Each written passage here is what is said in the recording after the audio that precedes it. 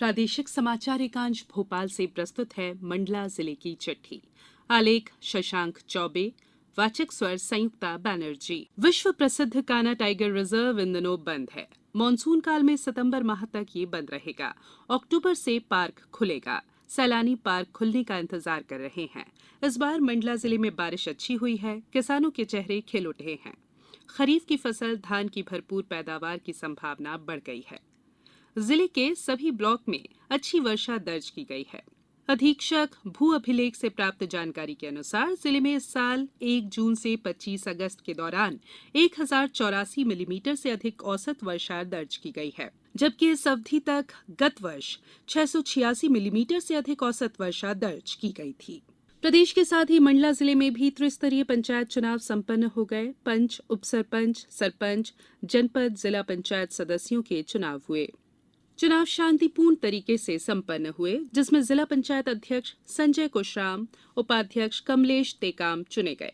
विपरीत मौसम के बावजूद मंडला जिले में स्वतंत्रता दिवस समारोह भव्यता के साथ मनाया गया। मुख्य समारोह महात्मा गांधी स्टेडियम में हुआ, जहां प्रभारी मंत्री बिसाहुलाल सिंह ने ध्वजारोहण किया। गणेश स्थापना का समय नजदीक है। जिलों में गणेशोत्सव की तैयारियां जोर शोर से जारी है। पंडाल तैयार किए जा रहे हैं। मूर्तियों का निर्माण कार्य स्थानीय स्तर पर जारी है। जिला प्रशासन द्वारा मिट्टी की मूर्तियां बनाने और उन्हें झांकियों में लगाने की सलाह दी जा रही है। मंडला जिले को पूर्ण साक्षर जिला घोषित किया गया है।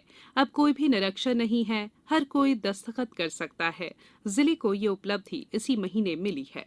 कलेक्टर हर्षिका सिंह महर्षि विद्या मंदिर स्कूल में आयोजित किए गए नवीन शिक्षकों के इंडक्शन कोर्स में शामिल हुई। उन्होंने इंडक्शन कोर्स में शामिल हुए शिक्षकों से कहा कि वे अपनी प्रतिभा का उपयोग बच्चों के समग्र विकास में करें। कलेक्टर ने कहा कि शिक्षक नई शिक्षा नीति और शिक्षा के विभिन्न आयामों को समझते हुए इसका उपयोग स्कूल और बच्चों के भविष्य निर्माण में करें। पिछले दिनों मंडला जिला कौशल विकास समिति की योजना भवन में बैठक आयोजित की गई।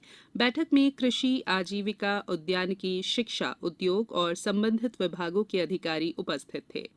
जिला कलेक्टर ने बैठक में कहा कि कृषि सहित सभी विभाग समन्वय बनाते हुए जिलों में कौशल विकास के क्षेत्र में विशेष रूप से प्रभावी कार्य करें।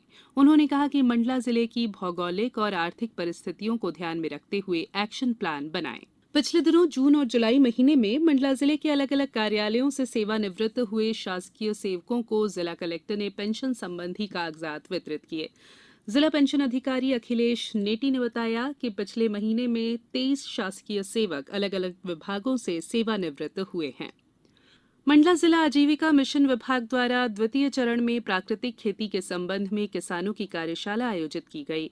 कार्यशाला में जिला कलेक्टर सहित प्रगतिशील खेती के विशेषज्ञ, जिले के प्राकृतिक खेती से जुड़े किसान उपस्थित थे। कार्यशाला में कलेक्टर ने कहा कि जिले में प्राकृतिक खेती के क्षेत्र में बेहतर कार्य किया जा रहा है। जिले के किसानों द्वारा प्राकृतिक खेती में रुचि दिखाई जा रही है। फलस्वरूप प्राकृतिक खेती का कार्य उत्तरोत्तर रूप से बढ़ रहा है। श्रीमती सिंह ने कहा कि जिले में प्राकृतिक खेती पहले भी की जाती रही है, परंतु अब किसानों में प्राकृतिक खेती के प्रति रुझान और अधिक बढ़ा है। उन्होंने सभी किसानों से कहा कि प्राकृतिक खेती को अपनाएं और अपनी आय बढ़ाएं। पिछले दिनों अपर कलेक्टर मीना मसराम की अध्यक्षता में जिला पेंशन फोरम की बैठक आयोजित की गई। उन्होंने पेंशन से संबंधित समस्याओं के निराकरण के लिए निर्देश दिए।